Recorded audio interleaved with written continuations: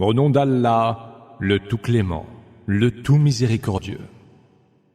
Allah a entendu les dires de celle qui discutait avec toi au sujet de son époux, et dont les plaintes s'adressaient à Allah. Allah entendait votre entretien, lui qui entend et voit tout. Ceux d'entre vous qui répudient leurs femmes, en affirmant qu'elles leur sont désormais aussi défendues que leur mère, cependant qu'elles ne sont nullement leur mère. Leur mère étant celles qui les ont enfantées, ne profèrent en vérité que des paroles condamnables et fausses. Mais Allah est indulgent et absoluteur. Ceux qui répudient leurs femmes, en prononçant cette formule qu'ils les assimilent au dos de leur mère, puis reviennent sur leurs paroles, doivent affranchir un esclave avant d'avoir le moindre rapport intime avec leur femme. C'est à cela que vous êtes exhortés. Et Allah est parfaitement informé de ce que vous faites. Quiconque n'en trouve pas les moyens jeûnera 2 mois consécutifs avant d'avoir le moindre rapport intime avec sa femme. S'il ne le peut, il devra alors nourrir 60 pauvres. Cela pour que vous croyiez en Allah et en son messager. Telles sont les limites, hudud, d'Allah. Et aux mécréants, il est réservé un supplice très douloureux. Ceux qui défient Allah et son messager seront défaits et humiliés comme le furent autrefois leurs prédécesseurs. Nous avons révélé des signes explicites, et les mécréants auront un supplice avilissant. Le jour où Allah les ressuscitera tous et les informera de ce qu'ils auront fait. Allah aura recensé leurs œuvres, et eux les auront oubliées. Allah est témoin de toutes choses. Ne vois-tu pas qu'Allah sait ce qu'il y a dans les cieux et sur terre? Il n'est point de confidence entre 3 personnes sans qu'il n'en soit le 4e, ni entre 5 sans qu'il n'en soit le 6e. Qu'il s'agisse de moins d'individus ou de plus, il sera toujours avec eux où qu'ils soient. Puis au jour de la résurrection, il les informera de ce qu'ils auront fait. Allah sait parfaitement toutes choses. N'as-tu pas vu ceux à qui les entretiens secrets ont été défendus? Ils reviennent malgré tout à ce qui leur a été défendu et conspirent pour commettre des péchés et se livrer aux transgressions, ainsi qu'à la rébellion contre le messager. Quand ils viennent te trouver, ils utilisent une salutation dont Allah ne t'a pas salué, et disent dans le secret du cœur: mais pourquoi Allah ne sévit-il donc pas contre nous, qui avons usé de ce langage? Que la géhenne leur suffise, où ils brûleront, et quel affreux devenir. Oh, vous qui avez cru, évitez dans vos entretiens secrets d'échanger des confidences pour commettre des péchés et vous livrer aux transgressions. Entretiens qui vous inciteraient à désobéir au messager. Que vos entretiens secrets incitent à la vertu et à la piété. Craignez Allah, vers qui vous serez ramenés en foule. Les entretiens secrets ne relèvent que de Satan, qui les suggère pour affliger ceux qui ont cru. Mais il ne leur nuira en rien sans la permission d'Allah. C'est donc à Allah que doivent s'en remettre les croyants. Oh, vous qui avez cru, quand il vous est dit « Faites de la place aux autres dans les assemblées », faites-le, car Allah élargira devant vous les espaces au paradis. Mais quand il vous est dit « Levez-vous donc, car Allah élèvera en rang ceux d'entre vous qui auront cru et qui auront reçu la science.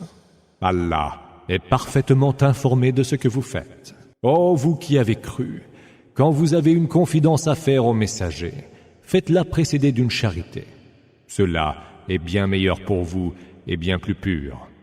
Mais si vous n'avez pas les moyens, sachez qu'Allah est absoluteur et tout miséricordieux. Craindriez-vous donc de faire précéder votre confidence d'aumône? Si vous ne l'avez pas fait et qu'Allah ait accepté votre repentir, accomplissez alors la salat, acquittez-vous de la zakat et obéissez à Allah et à son messager. Allah est parfaitement informé de ce que vous faites. N'as-tu pas remarqué ceux qui ont pris pour alliés des gens qui ont provoqué contre eux la colère d'Allah? Ils ne sont ni des vôtres, ni des leurs.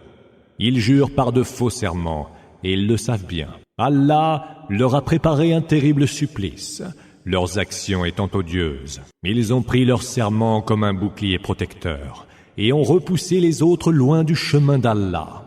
Ils auront alors un supplice humiliant. Leurs biens ne leur seront en rien utiles contre Allah, pas plus que leur progéniture. Ceux-là seront les hôtes du feu, où ils demeureront pour l'éternité. Le jour où Allah les ressuscitera tous ensemble, ils lui jureront comme ils auront juré devant vous. Et ils penseront avoir des arguments. Non, ce sont eux les menteurs. Satan les a asservis et leur a fait oublier l'évocation d'Allah. Ceux-là forment le parti de Satan, et les partisans de Satan sont eux les perdants. Ceux qui défient Allah et son messager, ceux-là sont dans la pire ignominie. Allah a décrété « Je vaincrai toujours, moi et mes messagers ». Allah est fort et tout-puissant. Tu ne trouveras pas de gens qui croient en Allah et au jour dernier, et qui en même temps sont en affinité avec ceux qui défient Allah et son messager. Dût-il s'agir de leur père, de leurs fils, de leurs frères ou des membres de leur tribu.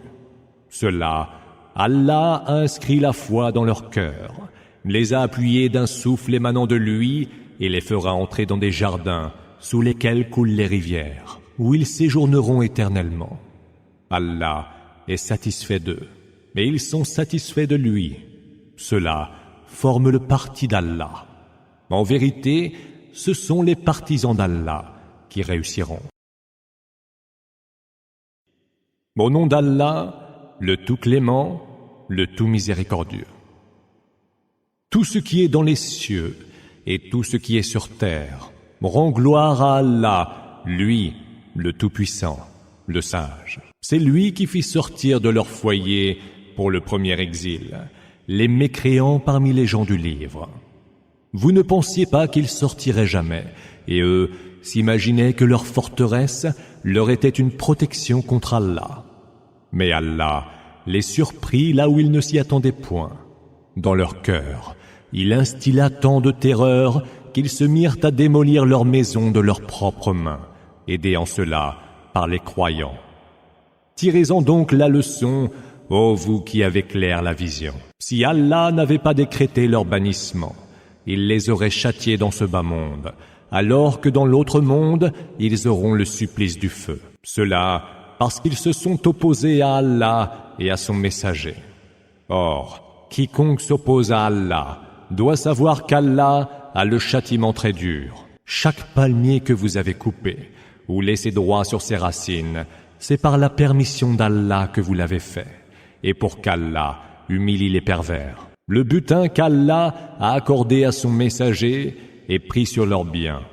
Vous l'avez obtenu sans combat, sans y engager ni chevaux, ni chameaux. Mais Allah donne à ses messagers l'autorité sur qui il veut. Allah est de toutes choses infiniment capable. Ce qu'Allah a accordé comme butin à son messager, pris sur les biens des habitants des cités, revient à Allah, à son messager, aux proches parents, aux orphelins, aux pauvres et aux voyageurs de grands chemins, afin que les nantis parmi vous n'en aient pas le monopole. Ce que le messager vous donne, prônez-le, et ce qu'il vous défend, privez-vous-en. Et craignez Allah, car Allah a le châtiment très dur. Le butin revient aussi aux pauvres, parmi les émigrés qui furent expulsés de leur foyer et dépossédés de leurs biens, alors qu'ils espéraient une faveur et un agrément d'Allah, et appuyaient la cause d'Allah et de son messager. Ceux-là sont les croyants sincères. Le butin revient également à ceux qui, avant eux déjà, se sont installés à Médine, et qui, confortés dans la foi, aiment tous ceux qui émigrent vers eux, ne sont nullement envieux de ce que ces derniers reçoivent comme don à leur arrivée, et sont prêts à s'en priver, les préférant à leur propre personne, fussent-ils eux-mêmes dans le besoin. Ceux qui sont préservés de leur propre avarice sont ceux qui réussissent. Et le butin revient également à ceux qui, arrivés plus tard à Médine, disent « Seigneur, veuille nous pardonner, ainsi qu'à nos frères qui nous ont précédés dans la foi. Ne mets point de rancune dans nos cœurs envers ceux qui ont cru. Seigneur, tu es si compatissant et tout miséricordieux. N'as-tu donc pas vu les hypocrites, disant à leurs frères mécréants parmi les gens du livre, « Si vous êtes expulsés, nous sortirons avec vous. » Nous n'obéirons jamais à personne contre vous. Et si vous êtes combattus, nous vous soutiendrons. Allah est témoin qu'ils ne font que mentir. S'ils sont expulsés, ils ne sortiront pas avec eux. S'ils sont combattus, ils ne les soutiendront pas. Et s'ils les soutiennent, ils tourneront vite le dos et ne seront point secourus. Vous jetez dans leur cœur plus d'épouvante qu'Allah ne leur en inspire, car ce sont des gens qui ne comprennent pas. Ils ne vous combattent réunis que de l'intérieur des cités fortifiées ou de derrière des murailles. Leur animosité est entre féroces. Tu les tiens pour unis, mais leurs cœurs sont divisés, car ce sont des gens qui ne savent raisonner. Ils sont à l'image de ceux qui, il n'y a guère, ont goûté le péril dû à leur conduite. Ils auront un supplice très douloureux. Ils sont aussi à l'image de Satan, disant à l'homme « Mécrois ». Puis, lorsque l'homme eut mécru, il dit « Je te renie, car moi je crains Allah, le Seigneur de l'univers. » Tous deux auront comme sort d'être livrés au feu, où ils demeureront pour l'éternité. Telle est la rétribution des injustes. Ô vous qui avez cru, craignez Allah, que chaque âme considère ce qu'elle a déjà fait pour demain. Craignez Allah, car Allah est parfaitement informé de ce que vous faites. Ne soyez pas comme ceux qui ont oublié Allah. Allah a fait qu'ils s'oublient eux-mêmes. Ceux-là sont les pervers. Les hôtes du feu ne sauraient égaler les hôtes du paradis. Les hôtes du paradis sont eux les gagnants. Si nous avions fait descendre ce Coran sur une montagne, tu aurais vu celle-ci recueillie au point de s'affaisser et de se fendre par la crainte d'Allah. Ce sont là des exemples que nous donnons aux hommes, peut-être y réfléchiront-ils. C'est lui Allah, mais il n'y a point d'autre divinité que lui. Il connaît aussi bien les choses insondables que les choses observables. Et c'est lui le tout clément, le tout miséricordieux. C'est lui Allah, mais il n'y a point d'autre divinité que lui. Il est le souverain, le très pur, le salutaire, le sécurisant, le régnant, le tout-puissant, le contraignant, l'orgueilleux. Gloire soit rendue à Allah, qui est bien plus haut que ce qu'il lui associe. C'est lui Allah, le Créateur, l'exécuteur, le formateur. À lui reviennent les plus beaux noms. Tout ce qui est dans les cieux et sur terre lui rend gloire, et c'est lui le Tout-Puissant, le Sage. Au nom d'Allah, le Tout-Clément, le Tout-Miséricordieux. Ô vous qui avez cru, ne faites pas de mon ennemi et du vôtre des alliés, auxquels vous proposez votre amitié, alors qu'ils ont mécru à la vérité qui vous est parvenue. Ils vous ont expulsés, le messager et vous, parce que vous croyez en Allah, votre Seigneur. Si vous êtes sortis pour vraiment combattre dans mon chemin et obtenir mon agrément, leur montreriez-vous secrètement quelque affinité, alors que je connais ce que vous tenez caché et ce que vous révélez. Quiconque parmi vous le fait s'égare du droit chemin. S'ils parviennent jamais à prendre le dessus sur vous, ils vous seront des ennemis, lèveront les mains contre vous et feront usage de leur langue pour vous faire du mal, souhaitant vous voir apostasier. Vos proches parents ne vous seront pas utiles au jour de la résurrection, pas plus que ne vous le seront vos propres enfants. Allah seul, ce jour-là, vous départagera. Allah voit tout ce que vous faites. Vous avez un exemple édifiant en Abraham et en ceux qui étaient avec lui lorsqu'ils dirent à leur peuple: nous vous désavouons, vous et ce que vous adorez en dehors d'Allah. Nous vous renions. L'inimitié et la rancœur sont désormais et à tout jamais entre nous, tant que vous n'aurez pas cru exclusivement en Allah.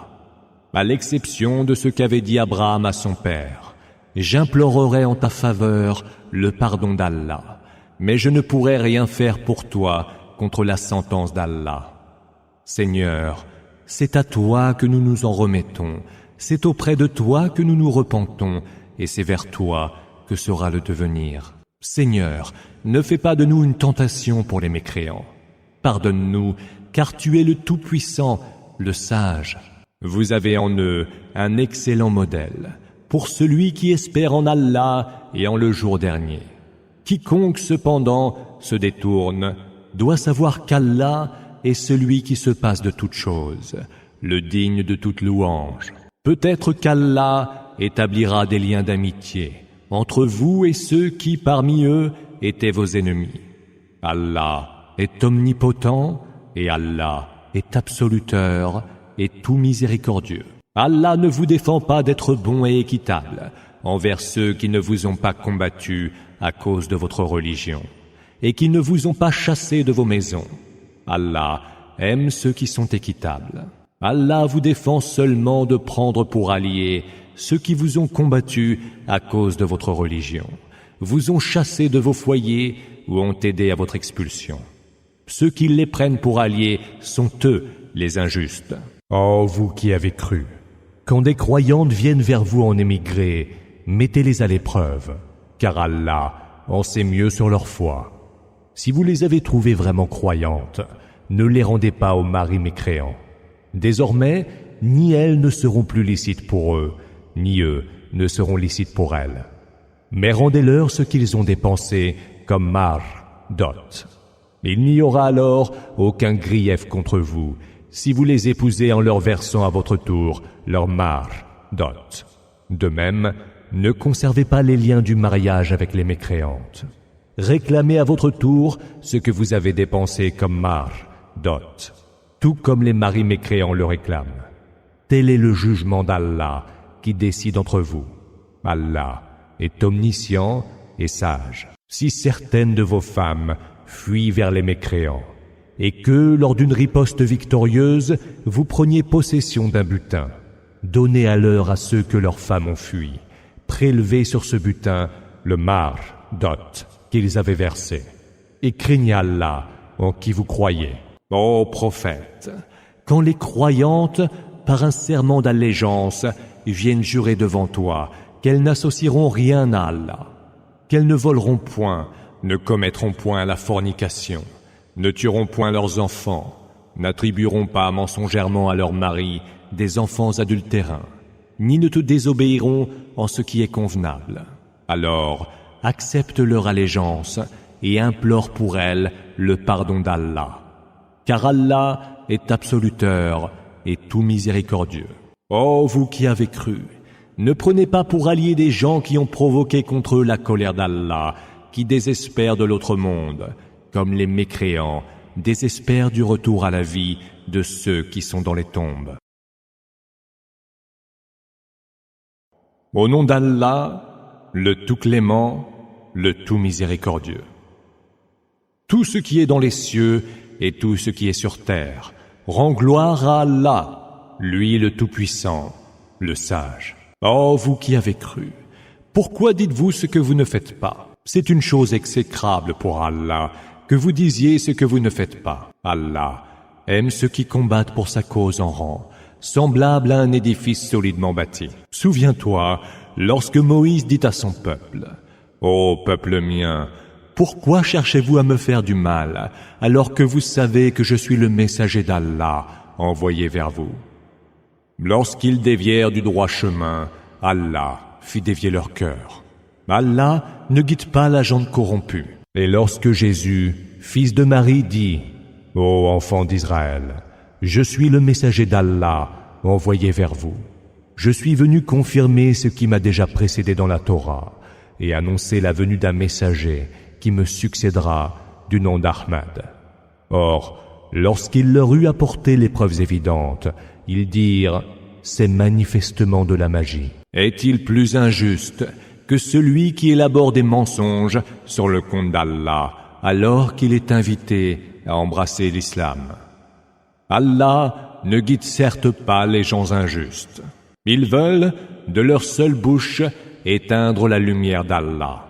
Or, Allah accomplira la manifestation de sa lumière, quelque dépit qu'en aient les mécréants. C'est lui qui envoya son messager avec la juste direction, Huda, et la religion de la vérité, afin qu'il la fasse triompher de toute autre religion, quelque dépit qu'en aient les associatres.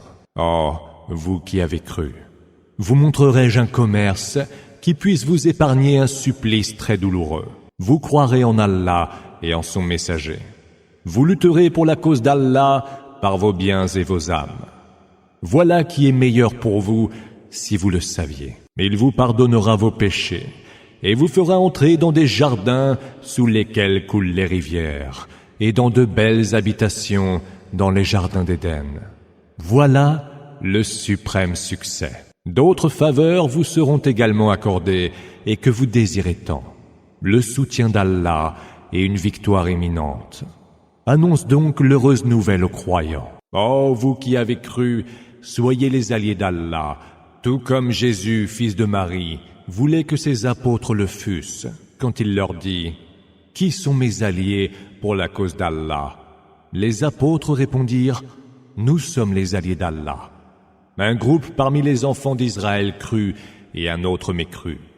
Nous apportâmes notre soutien alors à ceux qui ont cru contre leur ennemi, et c'est ainsi qu'ils furent les vainqueurs.